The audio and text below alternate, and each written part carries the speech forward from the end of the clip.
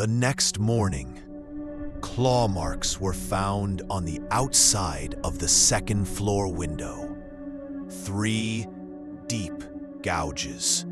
No ladder, no prints, just 3 lines. Like something had been waiting for her to jump. The Warrens called it a non-human entity. Something ancient that never lived, never died.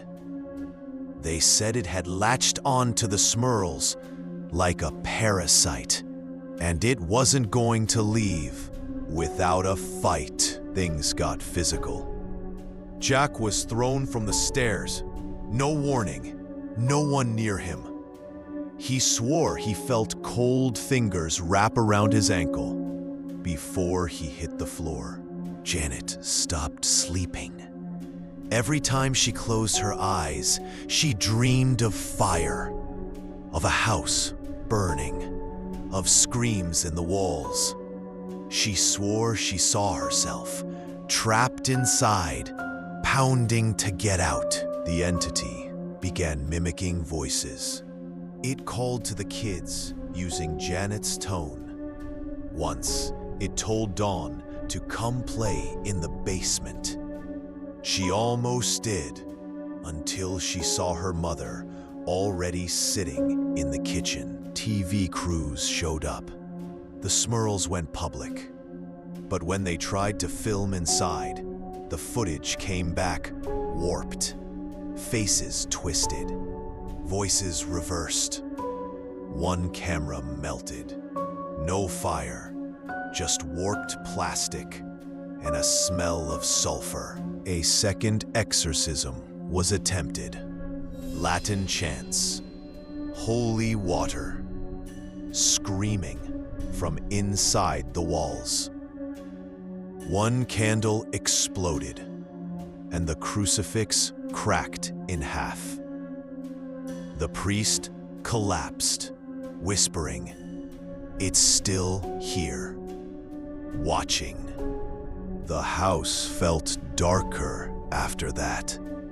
The entity didn't hide anymore. Chairs moved on their own. Doors locked. The children started drawing things they didn't understand.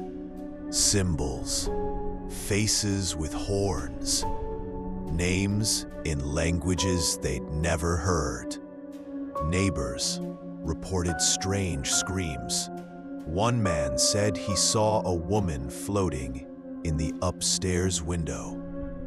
But when he knocked, Jack answered the door, pale and shaken, saying no one had been upstairs for hours. The Smurls were breaking. Janet became convinced she was possessed. She started speaking in strange tongues at night. They had to tie her to the bed one evening to stop her from hurting herself. One final exorcism was approved.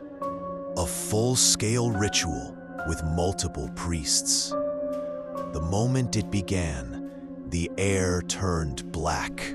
The house shook.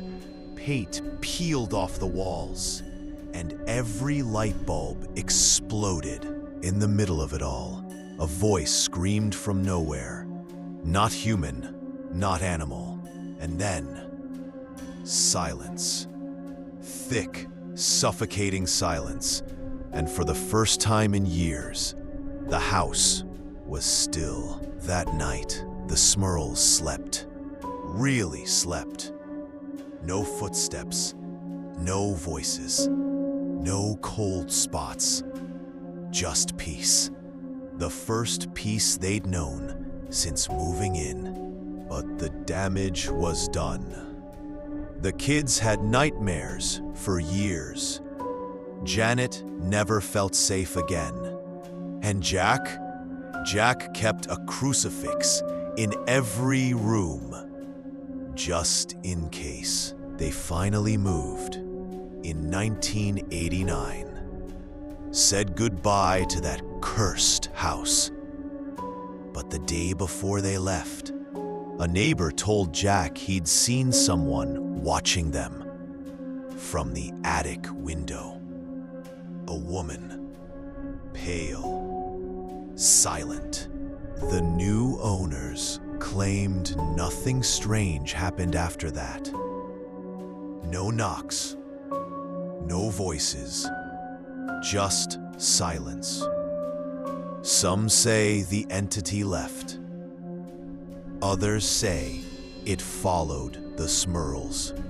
In the years that followed, Janet claimed to feel it again, briefly, in hotel rooms, in hallways, always in mirrors, always in reflections that lingered too long.